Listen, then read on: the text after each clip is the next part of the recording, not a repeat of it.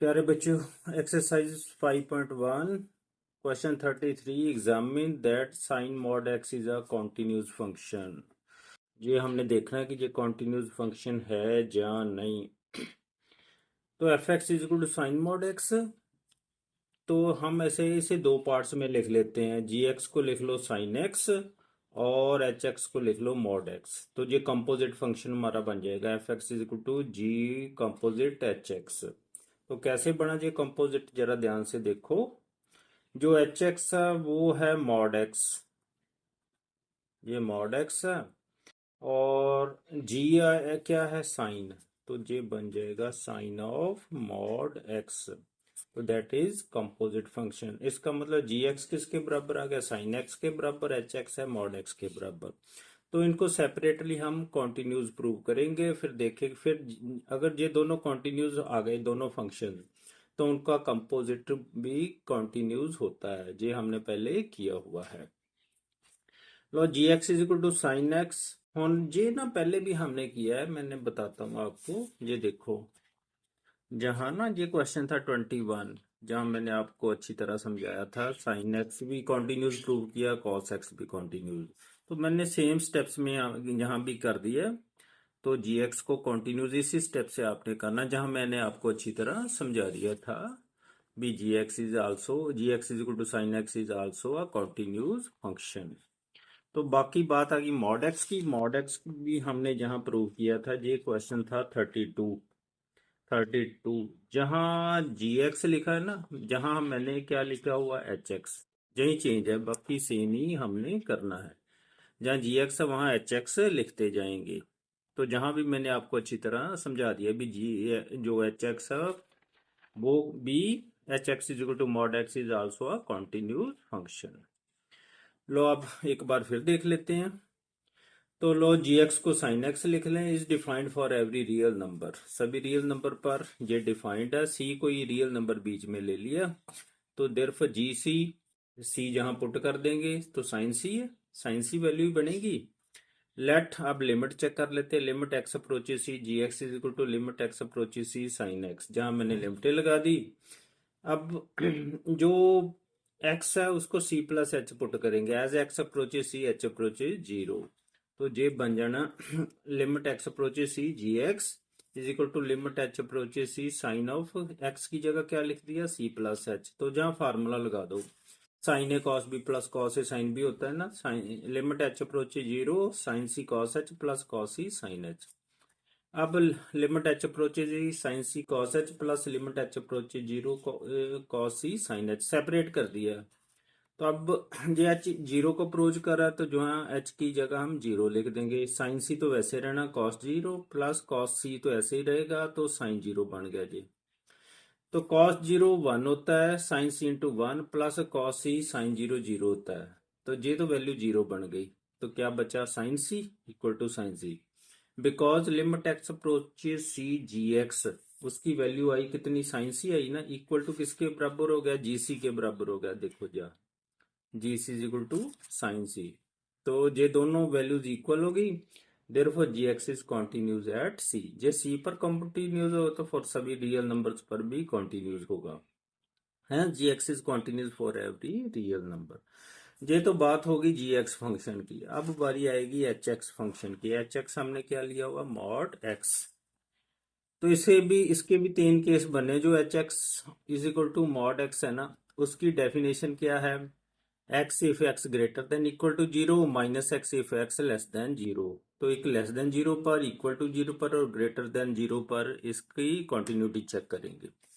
When X less than zero, तो हमने C कोई नंबर लेना है। Let C be any real number belongs to domain D one. Domain बना लिया हमने। X, x belongs to R, जो एक्स की वैल्यू है लेस देन जीरो ले ली। X value less than zero है, तो कितनी वैल्यू होगी, माइनस एक्स। क्योंकि एक्स लेस देन जीरो था, इसलिए एच एक्स कितना आ गया, माइनस एक्स। तो एच सी पर जो हमने रियल नंबर लिया था उस पर वैल्यू जहाँ पुट कर दो, तो ये माइनस ही बन गई। अब limit x approaches c h x is equal to, अब लिमिट चेक कर लेते हैं। लिमिट एक्स अप्रोचेस सी, अब जो एक्स की वैल्यू है कितनी ली हुई है हमने, लेस देन जीरो को लिया है ना, तो लेस देन जीरो पर कितनी है, ए माइनस एक्स, तो यही वैल्यू हम जहाँ पुट कर देंगे। Minus x, limit x approaches c, minus x ही आएगा। तो माइनस एक्स कितना बढ़ गया, एक्स सी को अप्रोच कर रही है, तो ये सी वैल्यू जहाँ पुट कर दो जाएगी minus c. Because limit x approaches c h x is equal to h c के बराबर, इक्वल टू माइनस सी, ये तीनों बराबर हो गए। तो ये फंक्शन क्या हुआ, कॉन्टिन्यूस हो गया। यही कॉन्टिन्यूटी की डेफिनेशन है। Therefore h x is a continuous at c, ये सी पर कॉन्टिन्यूस होगा, hence h x is continuous for in the domain D1। Domain D1 क्या था, लेस देन जीरो, यही सेट किया था, लेस देन जीरो पर जो रियल नंबर जो है। तो लो अब case 2, at x equal to zero पर चेक करना हमने, ये 2 है।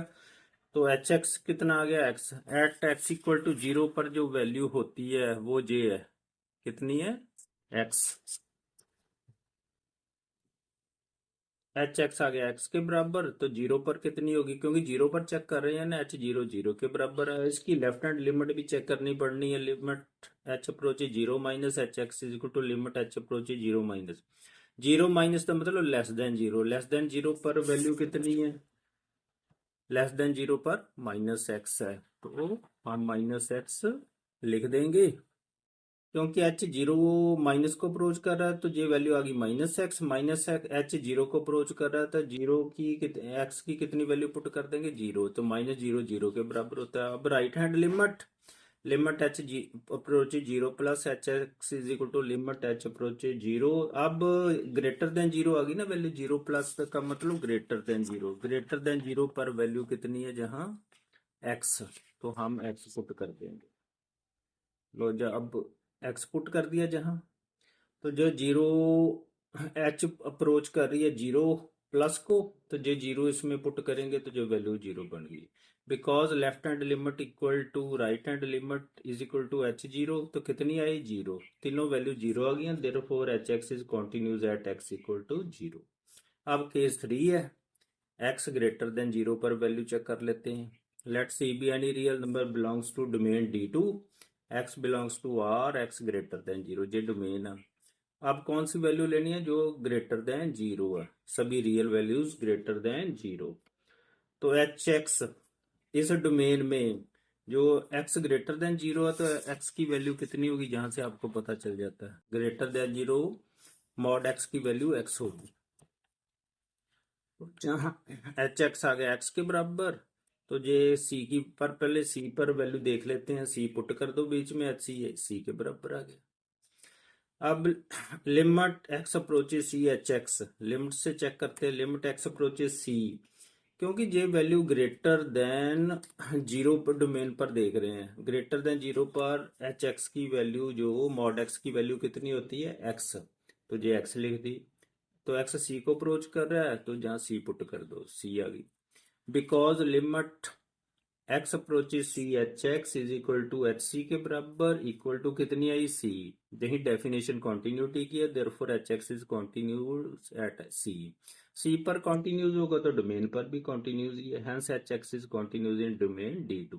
D2 डोमेन क्या है, जो values real values greater than zero है।